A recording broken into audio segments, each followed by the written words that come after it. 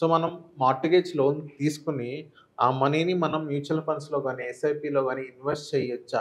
If చేసుకున్నట్లయితే ఎంత corpus అనేది మనం బిల్డ్ అవ్వచ్చు? తక్కువలో తక్కువ రూ. 1,00,000 తీసుకున్నా గాని, ఎంత కార్పస్ వరకు మనం బిల్డ్ చేయొచ్చు? దీని గురించి మాట్లాడడానికి శ్రీనివాస్ రెడ్డి గారున్నారు.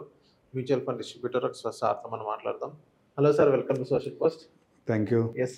సార్ ఇప్పుడు మార్ట్‌గేజ్ లోన్ మనం తీసుకొని తక్కువలో 1,00,000 గాని, 2,00,000 ఎంతో కొంత తీసుకుంటే అక్కడ పర్సెంటేజ్ 14 టు 16 అవును. పర్సెంటేజ్ ఉంటది. ఆ మనీ తీసుకొని మనం మ్యూచువల్ ఫండ్‌లో మనం ఇన్వెస్ట్ చేసుకోవచ్చా? చేసుకుంటే ఎంత కార్పస్ వరకు బిల్డ్ అవ్వచ్చు? నిహాల్, యాక్చువల్‌గా ఇవాళ మ్యూచువల్ ఫండ్ ఇండస్ట్రీ ప్రొజెక్షన్స్ 13% కంటే ఎక్కువ ఇవ్వలేకపోతున్నాము. 13% కంటే ఎట్టి పరిస్థితిలో నేను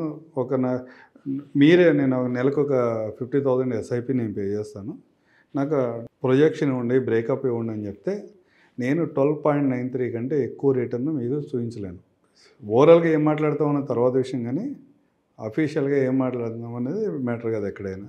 12.93 కంటే నేను ఎక్కువ చూపించలేను. 13%, 14%లకి కనుక మీరు మార్ట్‌గేజ్ లోను, ఇంకో లోను ఏ లోన్ అని అనుకోండి, లోన్ తీసుకొచ్చి ఇక్కడ ఇన్వెస్ట్మెంట్ చేస్తే మీకు లాభం వస్తుందా, నష్టం వస్తుంది. ప్లస్ దీనిని క్యాలిక్యులేషన్ చేసే విధానం కూడా పర్ఫెక్ట్గా ఉండాలి. ఎట్లా ఉంటుందంటే సార్, ఇది నేను నా ప్రొడక్ట్ని సెల్ చేసుకోవడానికి నేను రకరకాల భాషల్లో నేను మాట్లాడుతూ ఉంటాను.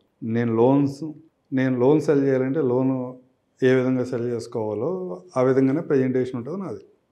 ఒక ఇన్సూరెన్స్ పాలసీని సెల్ చేయాలంటే ఇన్సూరెన్స్ పాలసీ ఏ విధంగా పిచ్ చేస్తే అవతల వాళ్ళకి ఈజీగా దాన్ని అట్రాక్ట్ అవుతారో ఆ విధంగానే ఉంటుంది. అల్టిమేట్గా ఇన్వెస్టర్ అనేవాళ్ళు ఏం చేయాలి అంటే, ఇన్వెస్టర్కి ఎంత నాలెడ్జ్ ఉండాలి అంటే మినిమంగా నేను మాట్లాడేదానికి ఆపోజిట్గా ఆలోచించగలగాలి.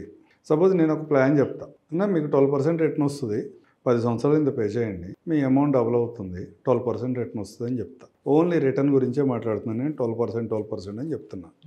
అదే ఇంకో పర్సన్ వచ్చి, అన్న మీరు 10 లక్షలు కడుతున్నారు, మీకు ఒక 20 సంవత్సరాల పాటు ప్రతి సంవత్సరం ₹1,00,000 ఇస్తాను, 20 సంవత్సరాలు అయిపోయిన తర్వాత మీకు ఒక 20 లక్షలు ఇస్తాను అని ఓన్లీ మనీగానే చెప్తున్నాడు. అంటే 10 లక్షలు ఇన్వెస్ట్మెంట్ చేస్తే నాకు 40 lakhs వస్తుంది. ఇన్వెస్టర్ ఎప్పుడో ఆలోచించుకోవాల్సింది ఆ టైం ఫ్రేమ్ని ఆలోచించుకోవాలి. ఎన్ని రోజుల్లో ఈ మనీ నాకు వస్తుంది అనేది ఆలోచించుకుంటే ప్రాపర్ రిటర్న్ ఉంటుంది. ఆ విధంగా క్యాలిక్యులేట్ చేసుకోకుండా మ్యూచువల్ ఫండ్లో ఎంత వస్తుందో